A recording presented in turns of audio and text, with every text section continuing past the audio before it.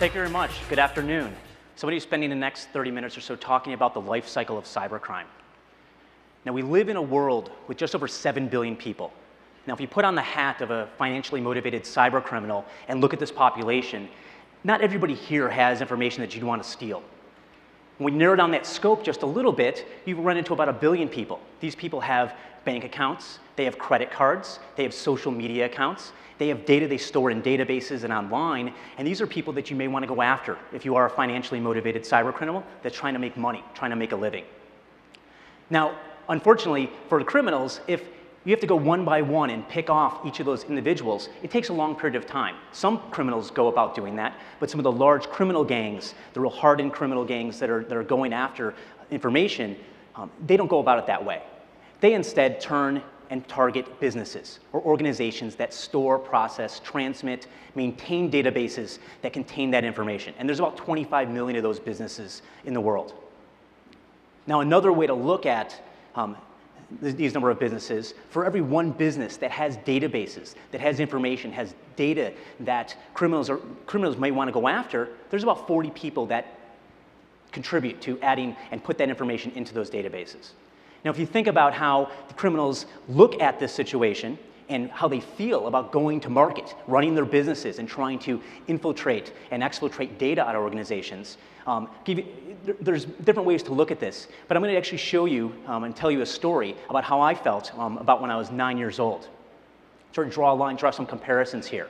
When I was 9 years old, I went on a fishing trip. Went off into the middle of the Gulf of Mexico. I had my father and my grandfather by my side. And we were going for a Saturday fishing trip. And so I remember going out on the boat's going across the water, and it being explained to me that, we're going to go fishing today, but you may not catch any fish. I remember being 9 years old thinking, well, this is really confusing. We're going fishing, I have a fishing pole, we have bait, and why I might not catch any fish? My father's telling me this. Well, when you go out, what was explained to them by my grandfather is that, well, when you go fishing, sometimes you don't often catch anything. So the boat stopped. They dropped anchor, and they told us we can start fishing. I remember putting a piece of squid on the hook and dropping it into the water, and within a minute, I caught a fish.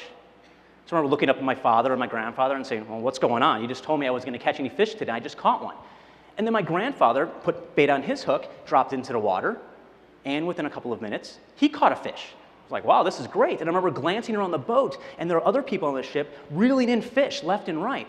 And at the end of that day of fishing, we caught about 70 fish between the three of us. So this was sort of, a really strange situation for me. I was being prepped, basically to fail here, and I wound up catching 70 fish. And so if you're a cybercriminal, financially motivated cybercriminal, and you're looking to target victim organizations, they're not hard to find. These victim organizations are not, scattered out through the sea, and you have to really try to find them. They're everywhere, and we know this. We performed 450 cybercrime investigations, forensic investigations last year for businesses all over the world. And these businesses were not just in the United States. They weren't just located in the UK or Australia. They were all over the planet, and they had many things in common. One thing they had in common, or a portion of them, many of them lived below what Wendy Nather at the 451 Group had coined the security poverty line. These are organizations that have very little security controls in place, or really an inability to defend against various attacks. Now, many of these organizations often don't know when they're actually been breached. And we know from our studies last year and from our investigations that the average time for an organization to actually identify a breach and start stopping the problem is about 210 days.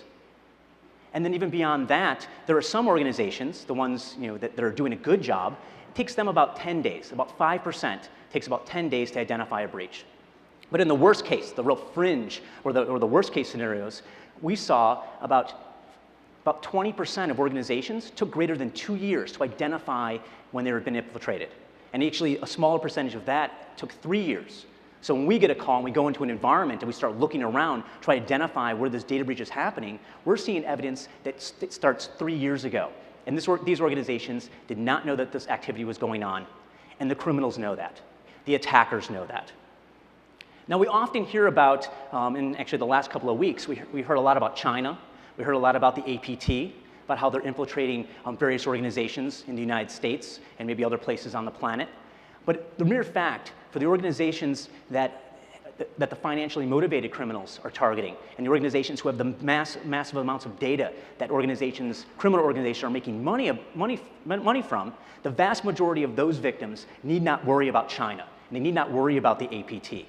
And in fact, many of those organizations are not in the Fortune 100. Most of those organizations are not government-related organizations. And so we know by correlation of our indicators of compromise, the malware that we looked at, the source IP addresses, and the other information that we were able to gather from our investigations, that many of those attackers come from places all over the world. And in fact, as you see the maps up here, these were the top 9 locations that we identified in our studies.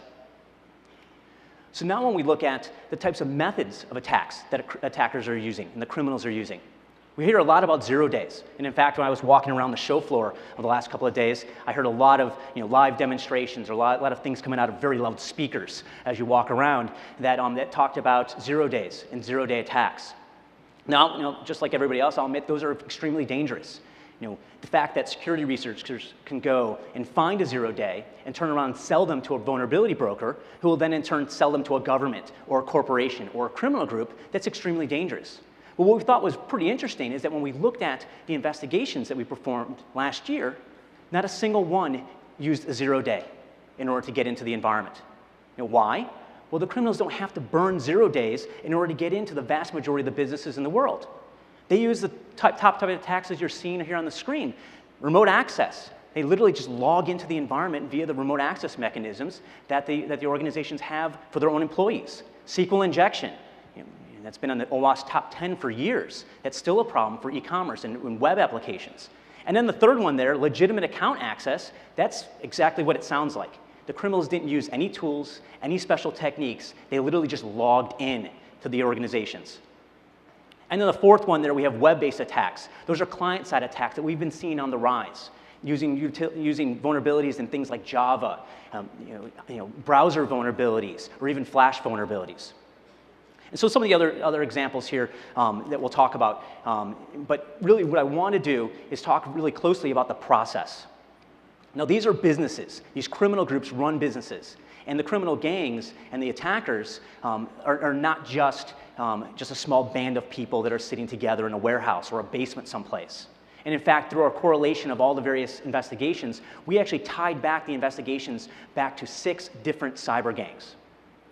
These six different cyber gangs run their operations just like a legitimate business. They follow legitimate processes and have very, very robust procedures in order to infiltrate their victims, extract the data that they need, and then make money from doing so. So the first step in this process starts with greed, starts with money. Many of the members of these criminal gangs have advanced degrees. They have computer science degrees, computer engineering degrees, but they live in countries where the economy is horrible, where they're not able to get jobs in the field that they actually have their degrees in. So they go and they join various organizations so they can actually make money. So they can buy cars, they can buy clothes, they can buy fancy homes, and they're drawn to these organizations because that's the only way they can make a living or make a good living. The next phase is victim identification. We talked about how the criminals can go out and find various victims very easily. And it's basically a sea of opportunity for them. There's no shortage of victims. They literally can identify victims and put them in their target list every single day. And for the rest of their lives, they would never run out of victims in order to fuel their businesses. So once they identify a victim and they find a way, or they find a victim that they want to compromise, they basically go and infiltrate them. And they use different mechanisms in order to infiltrate a lot of the methods of attack that we talked about. They're not burning 0 days in order to get into these organizations. They're basically infiltrating them via low-hanging fruit type means, and once they get access, they're diving deeper. We used to see about 5 or 6 years ago that organizations would get infiltrated, and the attackers would find a database or find a flat file, they would grab it, and they would leave, and they would never come back again. But today we see a great deal of persistency. Once the attackers get into your environment, they want to propagate to other areas of your organization. They want to find various data sources. They want to latch onto those data sources and be there for a very long period of time, because the more data they can harvest out of your organization, the more money they'll make, and you become basically a natural resource to them. Once they're inside the environment and they've propagated, now they're going to start aggregating data. And we often see the criminals being very bold. You know, as you can see in these icons here, they're gathering data from various systems in your environment, but they're not leaving your environment with it, at least at first. They're extremely bold. They'll compromise a server, you know, in your data center or a workstation someplace, and that'll be the aggregation point. That'll be the place where they take all the data, they dump all the data there, and actually keep it there until they're ready to exfiltrate it. We actually had a case in the last 18 months or so where an organization was infiltrated, and the data was being stored on a server. It was accumulating very, very rapidly, and the system was running out of disk space. Well, bells and whistles went off in the organization, and the IT folks came by and checked out the system and deemed that it was running low on disk space, so they added a new hard drive to the system. And that process happened 2 or 3 times until someone actually realized there's something going on here, and they asked for some assistance. But once they actually aggregate that data, now they're exfiltrating it. And they're not just sending it off in the clear at random places in time. They're basically doing advanced techniques to encrypt that data, just like all of us encrypt our data, our customer data. They encrypt it so that then when they send it out to systems that they may not really have a really good hold on, maybe it's another system they compromise, and so it won't be intercepted. They're very keen on protecting their loot. When they gather that information, they want to protect that information as much as they can so that they can make as much money as they can when they go to sell it. Now the next piece, when you want to sell it, you have to find buyers. Now you may think, well, it must be hard if you have a whole pile of confidential data about individuals or bank account information. It might be a little bit hard to find people who are willing to buy or people you can trust. Well, in these criminal groups, they have web forums that they all participate in. And inside these web forums, there aren't just 50 members. There are thousands of members. Somewhere upwards of 10,000 members. People there that are able to buy and sell stolen data and entrusted relationships in order to do so. Once they have identified those buyers, they want to liquidate that data as quickly as possible, because as long as that data sits in their possession, the value then decreases. And so they want to liquidate it, collect the cash, and start over again. When they made their money and they made millions of dollars off of these attacks, they're not going off and buying a condo on a Caribbean island someplace, because this is their livelihood. This is their business. This is what they do every single day. So they're going off and recycling. They're learning from the tools. They're learning from the techniques that they learned and re-implementing those against new victims. So now what I want to do is change gears a little bit. We talked about the major methods of attack. And so I want to share with you a little bit of an attack demo. And so in this demo, and I have a couple different ways I'm going to show you this. I'm actually going to show you this attack in 2 different ways. We talked about the web-based attacks. And this is something we've seen growing over the last several years, where when organizations are infiltrated, they're basically getting attacked via, say, a watering hole attack or a targeted attack against somebody that they know within the organization who has access to information. So what I want to show you, you hear a lot about these types of attacks, but many of us really haven't seen what they actually look like in action. So I'm going to show you 2 different flavors of it. It's actually going to have the exact same end result, and actually the setup is actually the same, but it's using 2 different types of exploits. So what we have here is a work directory. Pretend this is my computer here. I have a procurement document, some other confidential. I have a passwords file. It's a really secure method of storing my passwords. But I also have this evil site, and this is not something you normally would see on your computer, but for illustration purposes, this is an FTP site out there, someplace out on the internet that's being controlled by the attacker. So now I'm going to launch my web browser. And where's a place that most people go when they first launch their web browser? Well, Facebook, right? So facebook.com. So I'm going to go to facebook.com, and as you see, here's my profile. You can see there's some advertisement here, Amazon UK, and oh wait, there's a friend of mine, Moshiko Davidi, saying they just found a new job at Fox News. Well, that's great. Let me check out what they're going to be doing there. So I go and I click on the link. So basically, oh, wait a minute. Internet Explorer has encountered a problem. So what do? Send the error report or don't send? I'm not going to send it. So what you see here is basically, you see an executable got dropped on my desktop, and the browser crashed. Should raise some red flags for someone who's a little bit security savvy, but for a lot of people that would not really raise any red flags at all. They would just move on and maybe relaunch the browser and try to move on with their day. But what we can see it happened is that a goldmine.rar file was created and sent up to the attacker, up to the attacker's FTP. So let me go and let's see what's in here. So let's open the archive. And as you can see, there's a directory structure here. And here's all my files. And in fact, there's even more files here. There's IE passwords and Firefox passwords were exposed. And in fact, we've actually investigated some attacks that actually look very much like this. This is how they actually started. Dropped executables on people's desktops, and off the attackers went. But that was pretty obvious, right? So you saw the browser crash, you saw these files get dropped, and pretty obvious. So let's look at this in another way.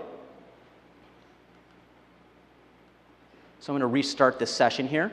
And so basically what we're going to see is that was an IE exploit that I just showed you. Now I'm going to show you what a Java exploit looks like. So you heard over the last couple of weeks, people said, lots of problems with Java, uninstall Java from your system. So I'm going to show you what that looks like when you're attacked via Java. Oop, what is going on here? Sorry about that. So here I am again. I'm not going to explain everything going on. You just learned about it 2 seconds ago. So here's these windows again. So I'm going to launch my browser one more time. Launching IE here. So I'm going to go to Facebook again. And now I'm going to go visit the same site for Moshiko, but it's going to do something else to me. So let's just sit here for a second. Oh, you saw a Java flash for a second. Nothing changed here. My browser's still intact. In fact, I can go back to Facebook if I want. But let's go to evil site. Same end result. Goldmine.rar was sent up to the attacker's computer. So now think about this type of situation when you're thinking about active defense and when you're trying to basically stop these types of attacks or even detect them. Doing real-time analysis of your environment. This attack took place in less than 10 seconds. So doing real-time analysis, doing real-time defense in your environment is extremely important. And we've seen these types of attacks happen. In fact, it was the #4 attack method we had last year. So now what we're going to do is we're going to bring out a special guest. This is somebody I've been working with for a long period of time. My team works with him and his organization very often in working hand in hand in cybercrime investigations. So please join me in welcoming Erik Rasmussen. He's a special agent in the Criminal Investigative Division from the United States Secret Service.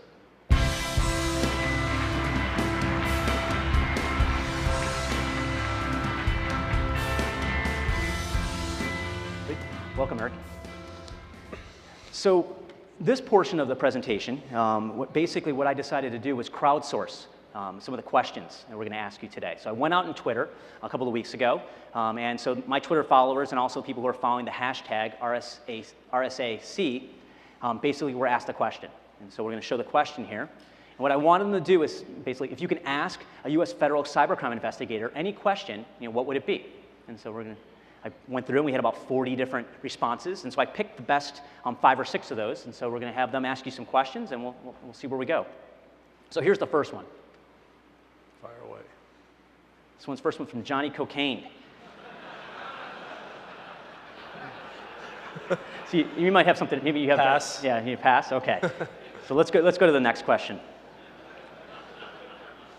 So we have Dan Glebitz. He asked, basically, why are the number of cyber investigators not equal to the number of investigators? I guess he talked to someone in New York City, and they told him that there's thousands of investigators, but very low cyber investigators. So that really stems, I think, sometimes from just not being sure about what the government, especially law enforcement, might be doing to combat a problem. Since you hear about cyber in the news, you might wonder, okay, well, shouldn't everybody be worried about that? And then, of course, you do dig a little deeper, you realize, like us and other law enforcement, we have other missions as well, including, for us, of course, protective mission, which is a huge part of what we do. So it just comes down to division of labor. We have to look at certain projects, certain investigative missions because of our own charter, and we can't always look at the thing that people think we should be looking at all the time. And we have several hundred agents among our thousands that are trained to investigate cyber, but they also cross-pollinate and look at our white-collar crime and our threats against the president. So really, I mean, you just got to realize that not everybody can do that all the time because we do have other things that we need to worry about, and that's, I think something that everybody's always asked for more agents to train for cyber. So if one day they do that and the next day they do cyber and they go back to protect the president, it's getting covered at some point, during that cycle. So, Okay, well, great, thank you. So the next question here is from Karen. So this person would say they would love to know what's motivating you keep on fighting the good fight despite immeasurable odds. I don't know if I agree with immeasurable odds. It's a little cynical for me, but I think the best way to describe that feeling for us is, number one, we're in public service. So we serve the country, we serve our federal government, we serve our states, we serve our cities, and it's our duty to do something like that, just like being in the military. So, despite whatever odds might be stacked against us, when you go to the 22,000 people around here in the RSA conference, somebody needs to know that we're working on the cyber problem. And if anybody's seen Zero Dark 30, there's a great line in there where it's talking about who's looking at Osama bin Laden, and the people in the room look around each other and they realize, look, we're the only ones doing it. Okay, nobody else has got the time to do it or has decided this is going to be their mission. And I think obviously a select few of us inside the US government and the state governments and of course the local governments now are realizing we need to be active in this role. And it ends up being something that I think people think it's measurable, but then you realize the tens of thousands of people that are focusing on it in private sector, focusing on it in research and development sectors, and then of course law enforcement, you realize there's actually a lot more people, I think, that with the information sharing that goes on out there, the fight is actually, the Army is a lot bigger than maybe previously thought. Okay, well, great, thank you. So here's the next question here. What data do you wish the victim had regularly collected prior to calling you guys in? Very, very good question, especially with what you were just talking about in the beginning of your presentation.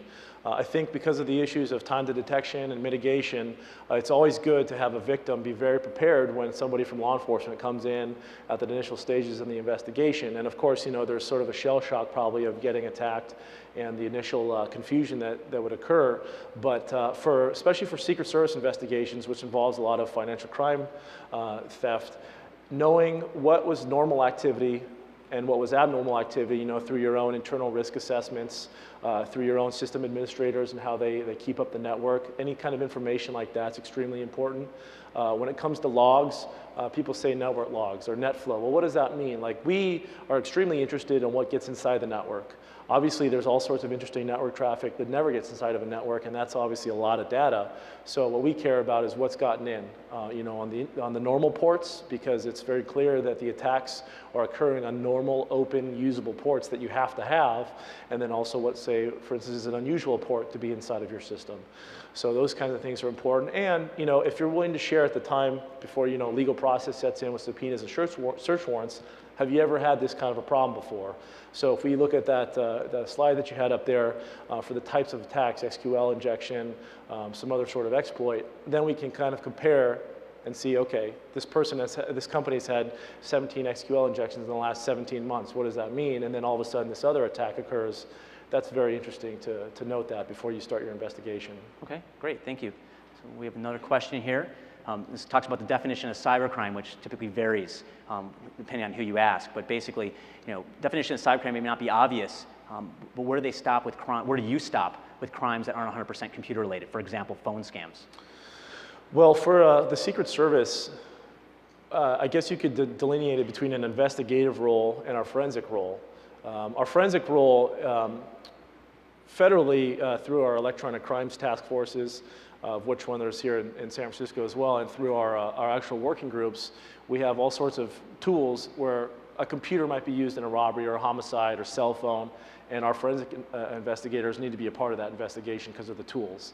An investigative side of things, based on the core violations that the Secret Service investigates, well, the computer has to somehow be a central part of that investigation. With all the different definitions out there, that has to have been the server that retained all the personal identifying information, that had to have been the attacking server, that had to have been the laptop used by the suspect. It had to have played some sort of integral role.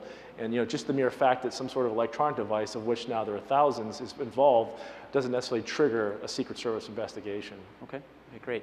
I think this is the last question here. We have Daya asks, how much felony crime is undertaken using stolen identities? That's a very tough question to answer when it comes to statistics, of course. But under what we can do federally, we have the United States Code, which has all the different federal statutes, and of course the various data breach laws that states have enacted, including some that are either on the books or being proposed. such as in California. Wire fraud is a commonly used, any of the fraudulent statutes, wire fraud, computer fraud. Of course, there is an identity theft statute, USC Section 1028 and USC Section 1028 Big A, which is aggravated identity theft. Those are two of our most commonly used statutes that involve the theft or use of stolen information. And then you have mail fraud, of course, is another commonly used one. And then, of course, if we're working with a local investigator, any of the state equivalents that might be out there, you know, forgery, various forgery charges in states are things that we use to investigate the types of felony crime that would be part of our charter. Okay, great, thank you. So now what we have, I just want to have you spend a couple of minutes basically talking about some of the successes your organization has had. You know, we spoke a lot about here's what the criminals do, here's what all the activities that they're going and infiltrating organizations and stealing data. But maybe you could talk about some of the results of your investigations and some of the rest that have been made. Okay. Yeah. So with this great sort of modified lineup of people we have here. All these individuals were under investigation by the Secret Service at one time or another for various computer-related crimes. In the lower right, there is a very interesting picture of Albert Gonzalez with his DEF CON badge around his neck.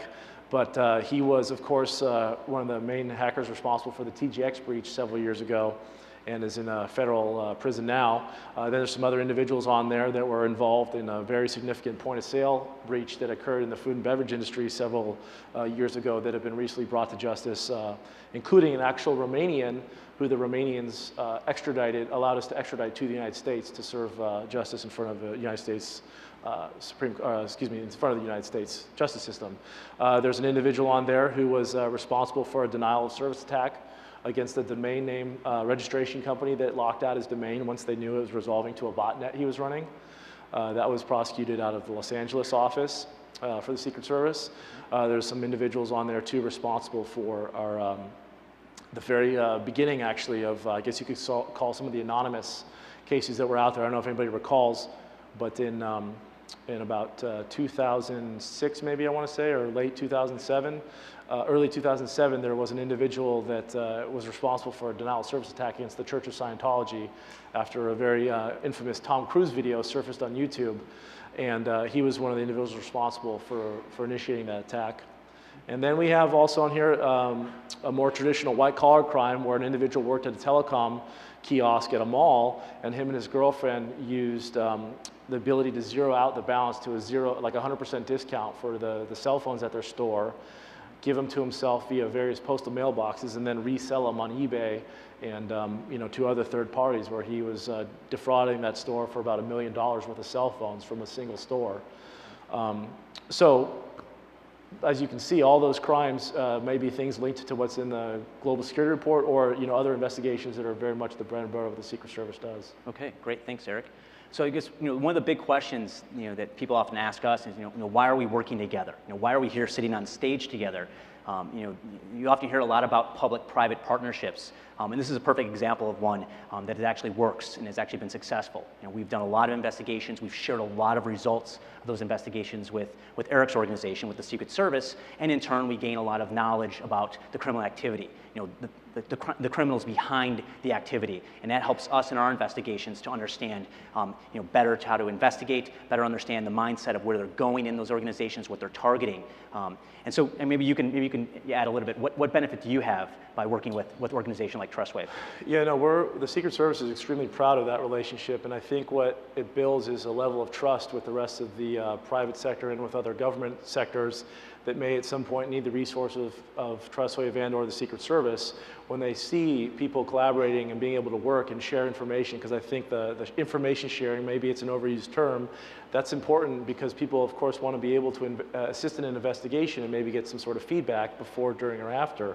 And that occurs with us, especially with our point-of-sale investigations. The incident response side of TrustWave is extremely robust, and it shares a lot of information with the Secret Service and vice versa.